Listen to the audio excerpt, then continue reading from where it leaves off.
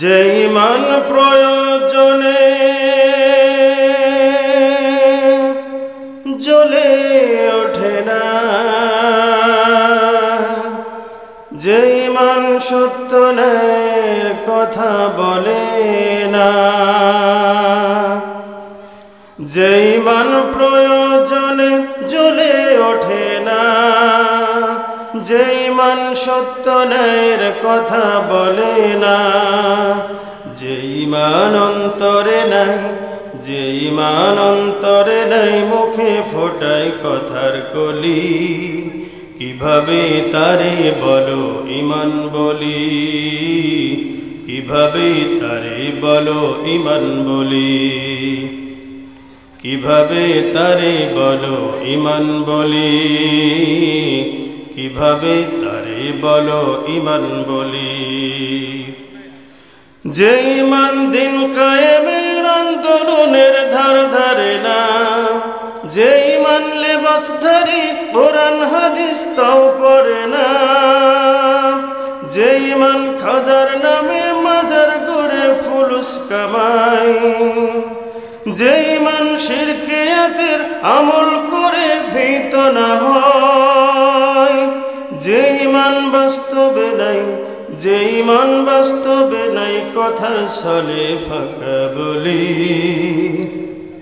কিভাবে তারে বলো ঈমান বলি, কিভাবে তারে বলো ঈমান বলি, কিভাবে তারে বলো ঈমান বলি।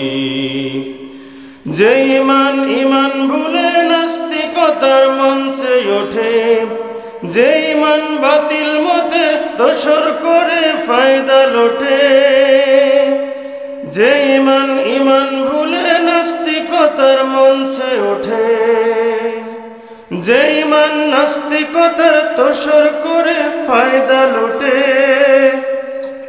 যে ঈমান মসজিদের ওই খাইদায় আনন্দ করে, যে ঈমান দেখে না যে আরাকানে ভাইরা মরে, যে ঈমান ঈমান ভুলে নাস্তিকতার মঞ্চে ওঠে, যে ঈমান বাতিল মতের তোষর করে ফায়দা লুটে, যে ঈমান মসজিদের ওই খাইদায় আনন্দ করে, যে ঈমান দেখে না যে ফিলিস্তিনে ভাইরা মরে, যে ঈমান ময়দানে নয়, যে ঈমান ময়দানে নয়, মঞ্চে ফোটায় কথার কলি, কিভাবে তারে বলো ঈমান বলি, কিভাবে তারে বলো ঈমান বলি, কিভাবে তারে বলো ঈমান বলি। যে ঈমান প্রয়োজনে জ্বলে ওঠে না, যে ঈমান সত্য ন্যায়ের কথা বলে না, যে ঈমান অন্তরে নাই, যে ঈমান অন্তরে নাই, মুখে ফোটায় কথার কলি, কিভাবে তারে বলো ঈমান বলি, কিভাবে তারে বলো ঈমান বলি, কিভাবে তারে বলো ঈমান বলি, কিভাবে তারে বলো ঈমান বলি, কিভাবে তারে বলো ঈমান বলি। আউযু বিল্লাহি মিনাশ শাইতানির রাজীম। বিসমিল্লাহির রহমানির রহিম।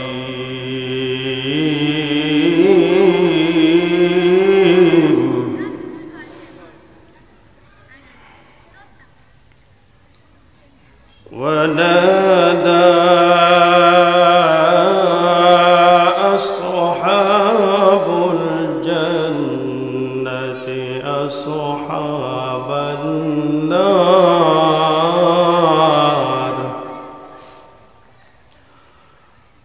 أصحاب النار أن قد ولقد وجدنا ما وعدنا ربنا حقا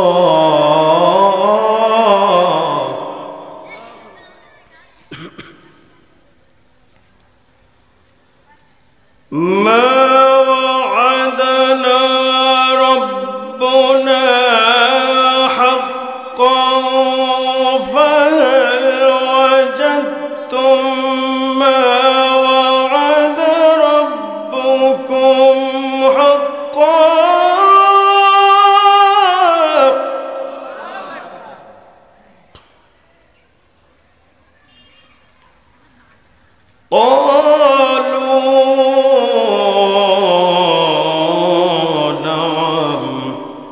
فأذن مؤذن بينهم اللعنة الله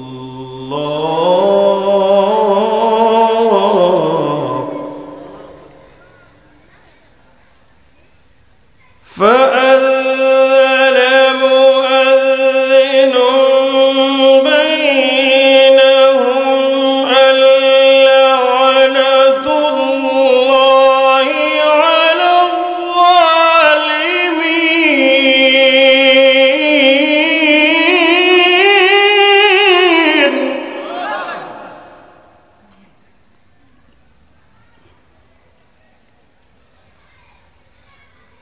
الذين يصدون عن سبيل الله ويبغونها عوجا وهم بالآخرة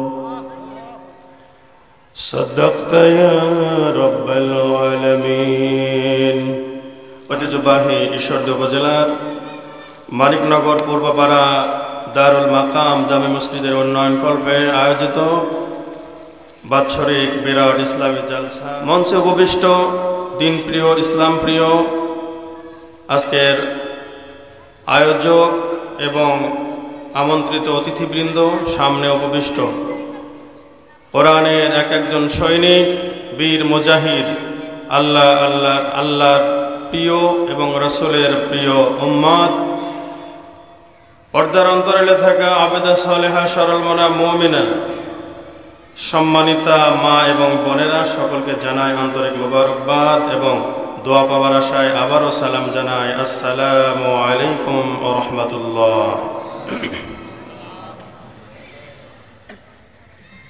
মানে লোক যেমন আওয়াজও তেমন, লোক অনেক আওয়াজও অনেক, কে বলেন আপনারা? বহুত লোক, বিশাল বড় আওয়াজ। তো এই আওয়াজে কি মানুষ বাহিরে থেকে মনে করছে যে ওখানে মনে হয় মাইকিংয়ের সময় বলা হয়েছিল দোকানপাটের আয়োজন করা হয়েছে, জীবনে আপনারা এই দোকানপাট দেখেন নাই, এখানে এমন কিছুর আয়োজন হয়েছে, ওখানেই থাকেন, ওখানেই আসবেন। ওই বাহিরে তারা তো তাই মনে করছে যে ওখানে তো কোনো আওয়াজ নাই, খালি মাইকে হুজুর তো খুব চিল্লাপাল্লা করছে দেখছি। হ্যাঁ, হুজুর গীত গায় আর বাহিরে সামনে সাথে কোনো সাথ দেওয়ার মতো কেউ নাই। এই আওয়াজ হলে চলবে? আসলে আপনারা কি মাহফিল আজকে প্রথম শুনছেন? এই কি প্রথম জীবনে? সব জায়গায় হচ্ছে না? প্রতিনিয়তই মাহফিল আপনারা শুনছেন। কেন? আপনারা যদি আওয়াজ সবাই মিলে যদি একটা আওয়াজ দিতেন, তাহলে বক্তার মনে হবে যে সামনে যে কয়টা মানুষ আছে, আল্লাহর বান্দারা আছে, এক একজন বীর বিক্রম, বীর মুজাহিদ, এক একজন দ্বীনের সৈনিক, কোরআনের সৈনিক, আল্লাহর সৈনিক, আল্লাহর রাসূলের সৈনিক। বলেন ঠিক কিনা? তাহলে আওয়াজ কি হবে না আওয়াজ নিম্নগামী হবে? হ্যাঁ, আওয়াজ হবে। আর একবার হোক, আসসালামু আলাইকুম ওয়া রাহমাতুল্লাহ। হ্যাঁ, কে বলেছে ডাইলে স্বাদ হয়নি, কোথায় গ্যাপ গ্যাপ করে খায়? হ্যাঁ, মানে সব বোঝে একটু লেটে। কষ্ট হচ্ছে আপনাদের? না, আপনাদের কষ্ট হবার কথা না, আপনারা তো এসে বসছেন এখানে। তাহলে যদি আর একটু কষ্ট দিই আপনাদেরকে, মাইন্ড করবেন? মাইন্ড করলে সাইন করতে পারবেন। এখানে বসার একটা আদব আছে না নাই? নামাজের সময় ইমাম সাহেব দাঁড়িয়ে যাওয়ার পর পিছনের কাতারে বুঝি আপনারা 4-5 জন দাঁড়ানোর জায়গা ফাঁকা রেখে নামাজ শুরু করে দেন। এমন করলে নামাজ হবে? হবে না তো। তাহলে এই মজলিস, এই জায়গায় যদি আপনি আমি ফাঁকা জায়গা রেখে দেই, তাহলে যে কয়জন লোক আছে ওই পুরা মাঠ মিলে কয়েকজন, মাঝখানে অনেকগুলো জায়গা পড়ে থাকে, অনেক জায়গা ফাঁকা থাকে। এটাতে বেমানান দেখা যায় এবং এটা আদবের বরখেলাপ এবং শয়তানকে সুযোগ করে দেওয়া হয়। শয়তান আমাদের মাঝে মাঝে বসে যাক আর আমাদেরকে পিন মারুক, আর কি করুক, আমাদেরকে এখান থেকে বের করে নিয়ে যাক। কোরআনের আওয়াজ শয়তানের তো ভালো লাগে না। ভালো লাগে কি? কোরআনের আওয়াজ যদি ভালো লাগতো তাহলে শয়তানগুলো বলতে পারতো না যে ধর্ম ব্যবসা করে। তাফসির মাহফিল হয় বলে ধর্ম ব্যবসা। বলেন ঠিক কিনা? এটা কি ধর্ম ব্যবসা? এটা ধর্ম প্রচার, এটা দিন বোঝানো, এটা দিনের ইসলামের একটি কোরআনের ক্লাস। বলেন ঠিক কিনা? আমরা কোরআন হাদিস পড়তে মাদ্রাসায় পড়ে থেকেছি, 5টা বছর হেফজখানায় পড়ে থেকেছি। ফ্লোরে কত ছেলে পেলে আপনারা পড়ান না, মেসে রাখেন। তারা তো ইচ্ছা মতো টাকা পয়সা খরচ করে মেসে ভালো জায়গা নিয়ে বেডে শয়, আর মাদ্রাসা হেফজখানার দিকে তাকিয়ে দেখেন যে ফ্লোরে কনকনা শীতের ভিতরে নিচের থেকে ঠান্ডা হাওয়া ওঠে আর কষ্ট হয়। রাত 3:30-3টার দিকে উঠে আজানের 1.5 ঘন্টা আগে উঠতে হয়। ওঠার পরে কনকনা শীতের ভিতরে কেউ গরম পানি করে দেয় না। বলেন ঠিক কিনা? আমি তো পরীক্ষিত, আপনারা হয়তো নাও জানতে পারেন। তাহলে এত কষ্ট করে ওখানে পড়াশোনা শেখা হয়েছে, এরপরে ওই পর্যন্তই শেষ। তারপরে দেশ বিদেশে বহু জায়গা থেকে পড়াশোনা করে করে শ্রম দিতে দিতে এক পর্যায়ে আরও 15-20টা বছর সময় দিতে হয়। তারপরে কোরআনের ময়দানে এসে এই যে কোরআনের কথাগুলো বলা হয়, এই কথাগুলো বলা কি আপনারা মনে করছেন মামুলি বিষয়? এই কোরআনের কথা শুনলে এবং শোনার আদব এগুলো কেমন, সব কিছুই কোরআনে কারিমে আছে না নাই? এই জন্য আমার ভাইয়েরা, তাই বলছিলাম গভীর মনোযোগ দিয়ে কোরআনের কথাগুলো শুনতে হবে। যারা এই যে আপনাদের পাশেই কিন্তু এখানে হয়তো বা পারিবারিক কবরস্থান রয়েছে, আমার পূর্বপুরুষ তথা আমার বাবা, আমার বাপের দাদার পৈতৃক জায়গা হলো, ভিটামাটি হলো এই জায়গায়। এটা আমাদের বংশীয় জায়গা। এজন্য আমার ভাইয়েরা, আপনারা সবাই হয়তো আমার পরিচয় জানেন। তো এই জায়গায় কতগুলো মানুষ সমস্ত জায়গায় পৃথিবীর আনাচে কানাচে মাটির নিচে কত মানুষ মৃত্যুবরণ করে পড়ে আছে। ওর মধ্যে গিয়ে তাদের হাড়গুলো, জয়েন্টগুলো সব খসে গিয়েছে। শরীরের চর্ম চামড়া এগুলো কিছু নেই। তারা কিন্তু তাদেরও আমাদের মতো দেখতে, আমাদের চাইতে অনেক ফিটনেস সম্পন্ন মানুষ ছিল। তারাও কথা বলতো, তারাও হাঁটাহাঁটি করত, তারাও খানা গ্রহণ করত, তারাও দুনিয়ার মধ্যে ব্যস্ততা গ্রহণ করত। বলেন ঠিক কিনা? কাজে কর্মে নানান সময় ব্যস্ততা নিয়ে তারা পার করেছে। কিন্তু এই রকম ভাবে আজকে আপনারা কিছু সংখ্যক মানুষ হাজারো ব্যস্ততার মধ্যে শীতের দোহাই দেখিয়ে, আপনারা কিন্তু ব্যস্ততার দোহাই দেখিয়ে কোরআনের ময়দানে না এসে বাড়িতে থাকেন নাই। ঠিক কিনা বলে? যারা এই কাজগুলো করছে তাদের দিকে তাকিয়ে দেখুন, তাদেরকে জিজ্ঞাসা করুন, যারা দুনিয়ার বুক থেকে চলে গিয়েছে তাদের অবস্থাটা কি হবে। যদি কোরআনের বিরুদ্ধে অবস্থান নেয় তাহলে ওই সকল মানুষদের কোনো দিনও ভালো থাকার কোনো কথা নেই। আমার ভাইরা, কোরআনের ময়দানে বসা, কোরআনের কথাগুলো শোনা, কোরআনে কারীমের কথা শোনার মধ্যে আমার আল্লাহ পাক রব্বুল আলামিন 1000 বছর পূর্বে এই কোরআনে কারীম শুনতে হবে কেমন করে এটারও নির্দেশনা দিয়ে দিয়েছেন। বলেন ঠিক কিনা?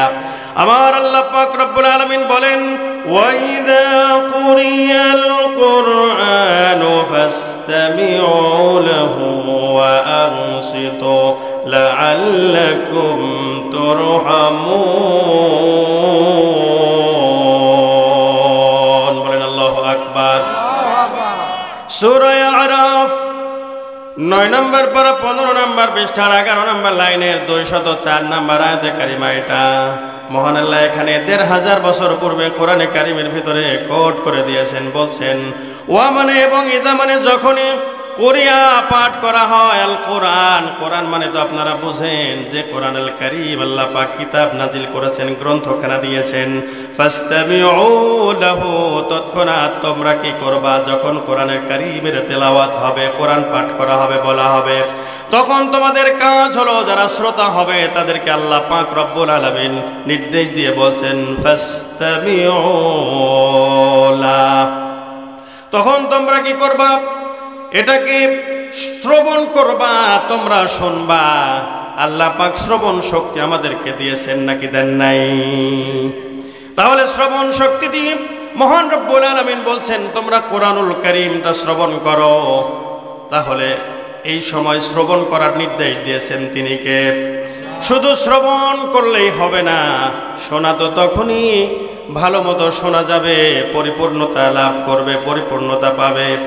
আল্লাহ পাক রব্বুল আলামিন পরবর্তীতেই ঘোষণা করছেন ওয়া আনসিতু লাহু, আর তোমরা কি করো, তখন চুপ থাকবা। বলেন আল্লাহু আকবার। লাআল্লাকুম তুরহামুন।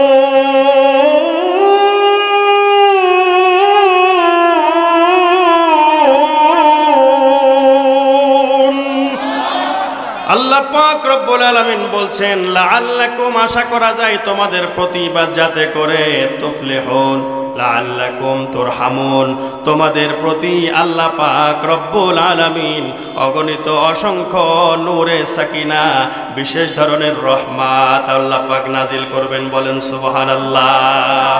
তাহলে কোরআনে কারীম শোনার নির্দেশনা আল্লাহ দিয়েছেন কি দেন নাই?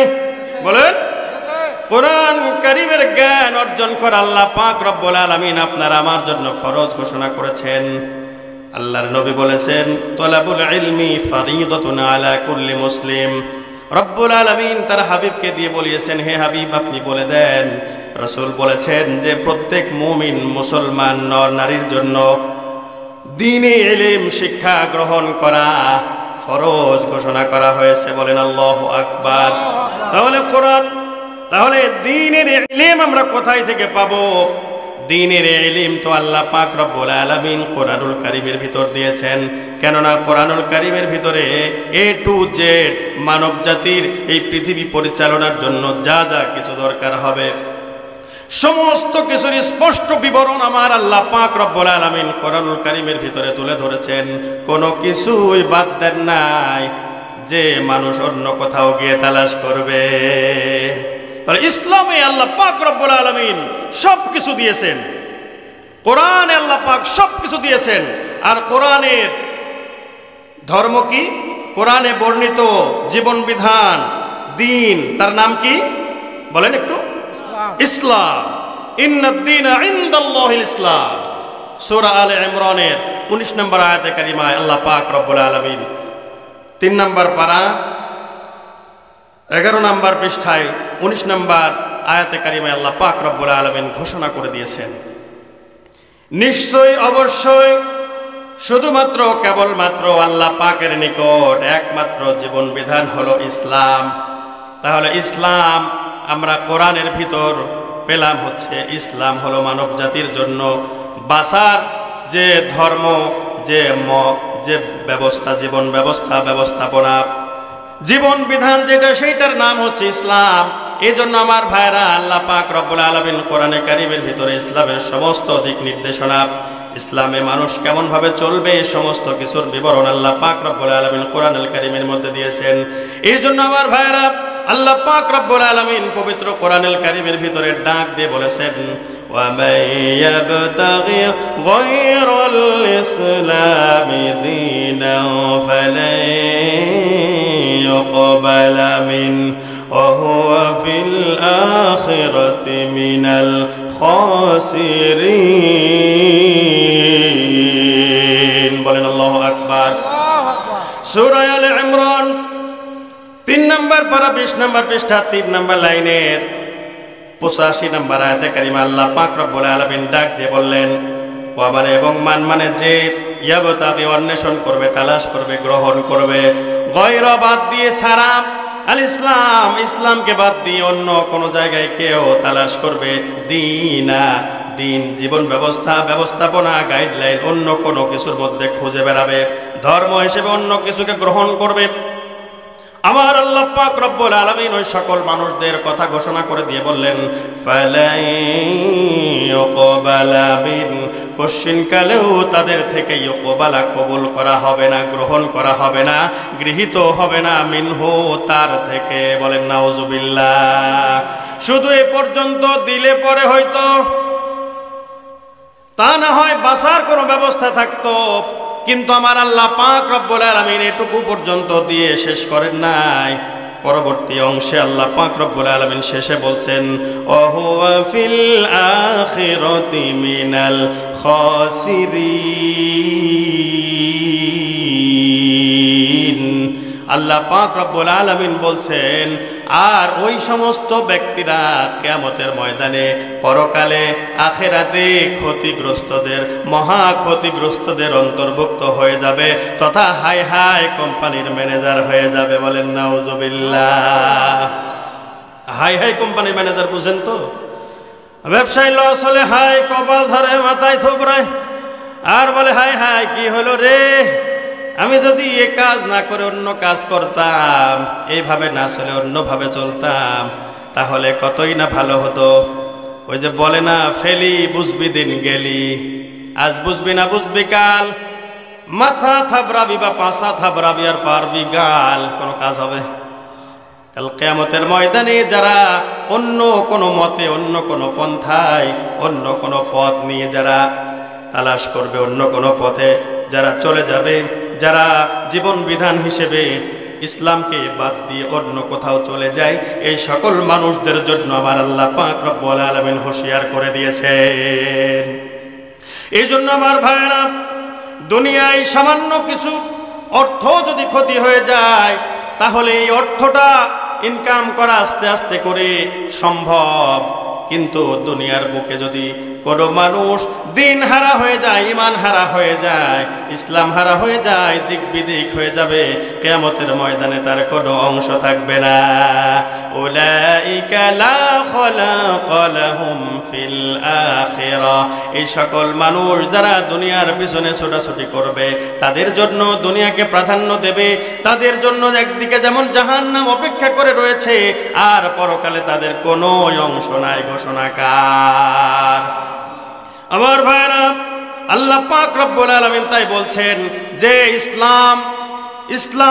ইসলামটাই হলো আমার কাছে একমাত্র গৃহীত জীবন বিধান হিসেবে, ধর্ম হিসেবে, ওইটাই আমার কাছে গ্রহণযোগ্যতা পাবে, এবং ওইটাই আমি আল্লাহ পাক আমার বর্ণিত, আমার নির্দেশিত জীবন ব্যবস্থা হলো ইসলাম।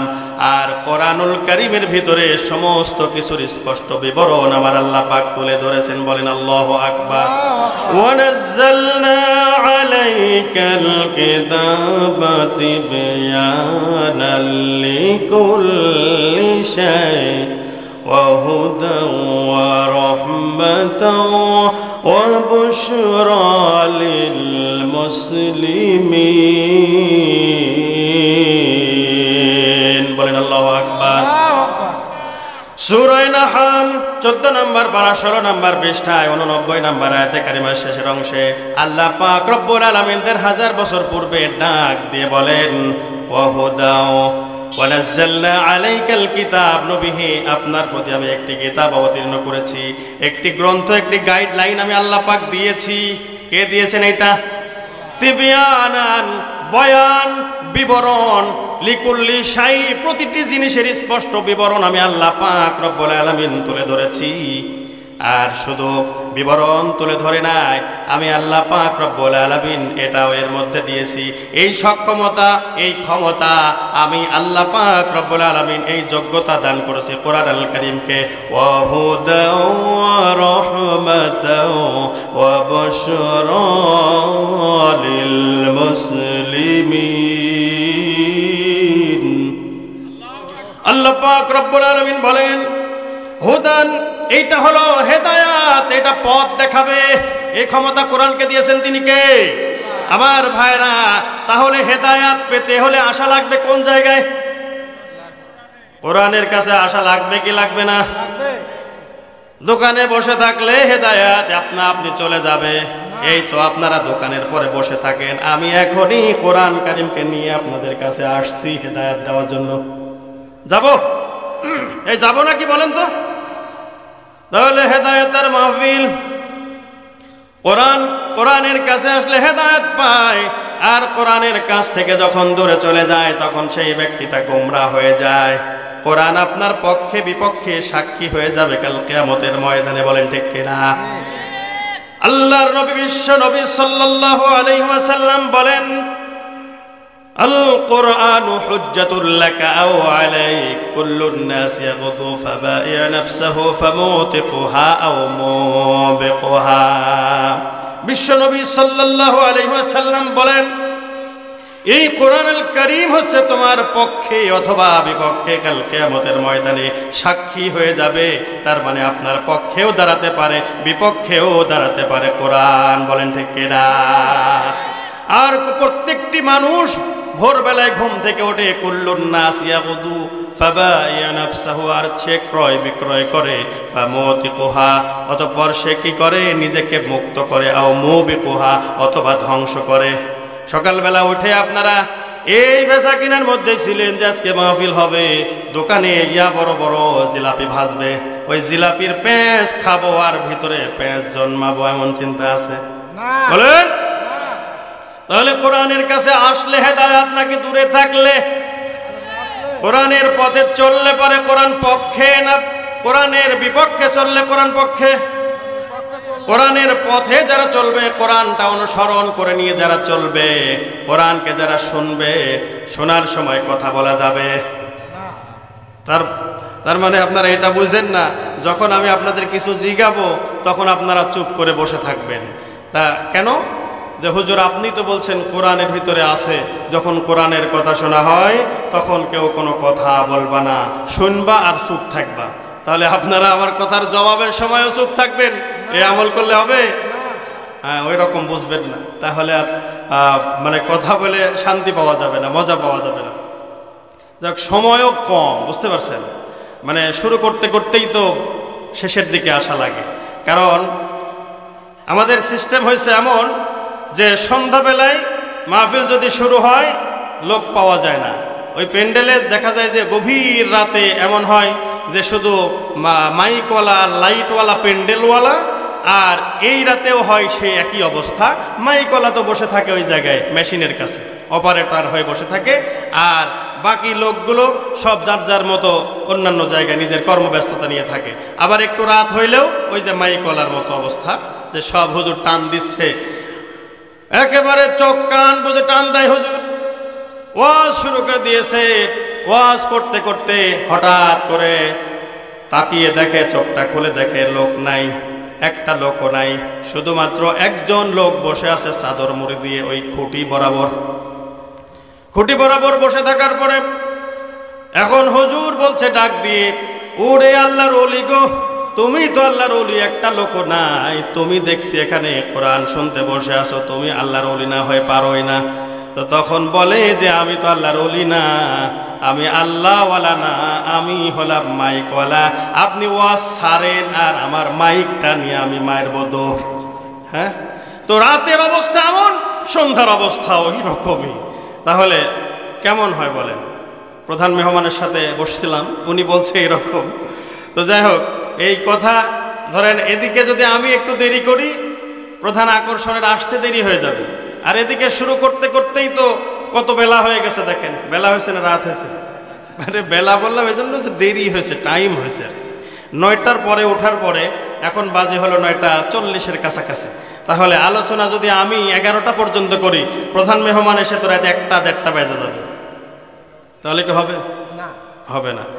এই জন্য আমার ভাইরা, এখন আপনারা যারা এখনো পর্যন্ত মাহফিলের প্যান্ডেলে আসেন না, অতি তাড়াতাড়ি আসবেন, কারণ সময় বেশি নাই। এই সময়টা যখন ফুরিয়ে যাবে, আজকে যখন রাত শেষ হয়ে যাবে, তখন কিন্তু আপনার এই আজকের এই মুহূর্তের এই জায়গার যে ফজিলত, জান্নাতের বাগান, কালকে যদি সকালবেলায় আপনি 2-3 তল পর্যন্ত, গভীর পর্যন্ত যদি আপনি খুঁড়ে ফেলেন, তবু জান্নাতের ঠিকানা, জান্নাতের বাগানের কোনো গাছের কোনো শিকড় মূল খুঁজে পাবেন না। ঠিক কিনা বলে? এখন আসলে আপনি জান্নাতের বাগানের সব পাবেন। আর এটা আপনারা জানেন যে জান্নাতের মধ্যে যেতে গেলে ঈমান লাগবে, কেননা কোনো বেঈমান কখনো জান্নাতে যাবে না, তারা সব সময় জাহান্নামে যাবে। আমার আল্লাহ পাক রব্বুল আলামিন কোরআনে কারীমের ভিতরে ডাক দিয়ে বলেন, ইন্নাল্লাযীনা কাযযাবু বিআয়াতিনা ওয়াস্তাকবারু আনহা লা তুফাত্তাহু লাহুম আবওয়াবুস সামাই ওয়া লা ইয়াদখুলুনাল জান্নাহ ولا يدخلون الجنة حتى يلج الجمل في سم الخياط وكذلك نجزي المجرمين بولن الله أكبر سورة আরাফ 8 নম্বর পারা 14 নম্বর পৃষ্ঠা 6 নম্বর লাইনের 40 নম্বর আয়াতে কারিমা। এটা মহান আল্লাহ এখানে স্পষ্ট ভাষায় ডাক দিয়ে বললেন, ইন্না মানে নিশ্চয় আল্লাযীনা যারা কাযযাবু মিথ্যা প্রতিপন্ন করে, অস্বীকার করে, অবিশ্বাস করে, বিআয়াতিনা আমার আয়াতগুলোকে, আমার আয়াতসমূহকে, ওয়াস্তাকবারু আনহা এবং তার থেকে মুখ ফিরিয়ে নেয়, অহংকার করে। ওয়াস্তাকবারু আনহা লা তুফাত্তাহু লাহুম, তার জন্য খোলা হবে না, তার মানে দুয়ার খোলা হবে না। আবওয়াবুস সামা, আবওয়াব দরজাগুলো, আস-সামা জান্নাত সমূহ কি আসমান সমূহের, আকাশের দরজাগুলো খোলা হবে না ওই সকল মানুষদের জন্য। লা তুফাত্তাহু লাহুম আবওয়াবুস সামা ওয়া লা ইয়াদখুলুনাল জান্নাহ, আর সে কখনো জান্নাতের মধ্যে প্রবেশ করবে না, হাত্তা ততক্ষণ পর্যন্ত না যতক্ষণ ইয়ালিজাল জামালু ফি সামিল খিয়াত, একটা সুয়ের ছিদ্রপথ দিয়ে হাতি যতক্ষণ পর্যন্ত প্রবেশ করতে না পারে ততক্ষণ পর্যন্ত ওই সমস্ত ব্যক্তিদের জান্নাতে যাওয়া অসম্ভব। ওয়া কাযালিকা নাজিজিল মুজরিমিন, আল্লাহ পাক রব্বুল আলামিন বলছেন, যার এমনি ভাবেই আমি ওই সকল অপরাধীদের তাদের প্রতিদান আমি দিয়ে থাকি। বলেন নাউজুবিল্লাহ। আমার ভাইয়ের একটু কান লাগান, আল্লাহ পাক রব্বুল আলামিন ওই সমস্ত মানুষদের কথা বলছেন, কোরআনের আওয়াজ যারা শোনে আর বিরোধিতা করে, কোরআনের কথাগুলো যারা মানে না, কোরআনের আয়াতগুলোকে অস্বীকার করে, শুধু অস্বীকার করা পর্যন্তই না, তারা এটাকে নিয়ে অহংকার করে, অহমিকা করে, আর কোরআনের মাহফিলগুলো হতে দেয় না, বাধা দেয়। এও শোনা যায় বিগত বছরে যা হয়েছে আপনারা তো দেখেছেন, আবার নতুন কেউ কেউ কারো মুখ থেকে শোনা যায় যে পূর্বেকার লোকের অনুমতির ব্যবস্থা ছিল, অনুমতি দিয়েছে ও কোথাও কোথায়, আমরা যদি পাওয়ারে যাই গিয়ার থাকবে আমার হাতে, চেয়ারে উঠলে পরে পাওয়ার পাইলেই বসে চেয়ারে, চেয়ারে উঠলেই গিয়ার দিলেই গরম। কেননা যখন গাড়ির উপরে ওঠে এফআসি আরটিআর, যখন এরপরে ওঠার পরে কি হয়, 4V গাড়ির উপর যখন উঠবে তখন ওঠার পরে একবার এইদিকে বাউলি আর একবার ওই দিকে, এইভাবে দিতে দিতে কত সময় গিয়ে গাড়ির পিছনে পর্যন্ত মেরে দিয়ে একেবারে দুনিয়া থেকে বিদায় নিয়ে চলে যায় কি যায় না? কেন?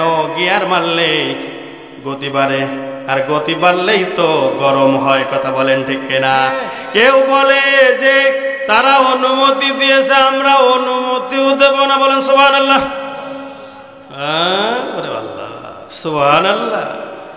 কোরআনের মাহফিল আপনি বুঝে শুনে বলছেন তো, কোরআনের মাহফিল হতে দেবে না, অনুমতি তো দিয়েছে, আমরা অনুমতিও দেব না। আবার কেউ কেউ বলে কোরআনে রাজনীতি নাই। আমার ভাইরা, কোরআন হাদিস আমরা এতদিন ধরে পড়ে যতটুকু পর্যন্ত জ্ঞান অর্জন হয়নি, তারপরেও যত সামান্য একেবারে কোনো তুলনা হয় না জ্ঞানের সঙ্গে। আমরা ওটা বুঝলাম না। কেউ কেউ কোরআনের কাছে আসার পরেও তারা বুঝে ফেললো যে কোরআনের ভিতরে রাজনীতি নাই। আমার ভাইরা, ওই আয়াতের দিকে চলুন। সূরা নাহলের ভিতরে আল্লাহ পাক রব্বুল আলামিন বলছেন, নাযালনা আলাইকাল কিতাবা তিবয়ানাল লিকুল্লি শাই, প্রত্যেকটি জিনিসের স্পষ্ট বিবরণ আমি আল্লাহ পাক রব্বুল আলামিন কোরআনুল কারীমের ভিতরে তুলে ধরেছি। এজন্য কোরআনকে বলা হয় Quran is the complete code of life, তার মানে পূর্ণাঙ্গ জীবন ব্যবস্থা হলো কোরআনুল কারীম। বলেন আল্লাহু আকবার। আমার ভাইরা, তাই আমি বলতে চাই, আল্লাহ আসমান সৃষ্টি করেছেন, জমিন বানিয়েছেন, এর মধ্যে যত কিছু গাছপালা, পক্ষীকুল, পশুকুল, মানবকুল, জিনকুল, ফিরিস্তা, জান্নাত, জাহান্নাম, সব কিছু আল্লাহ পাক তৈরি করেছেন।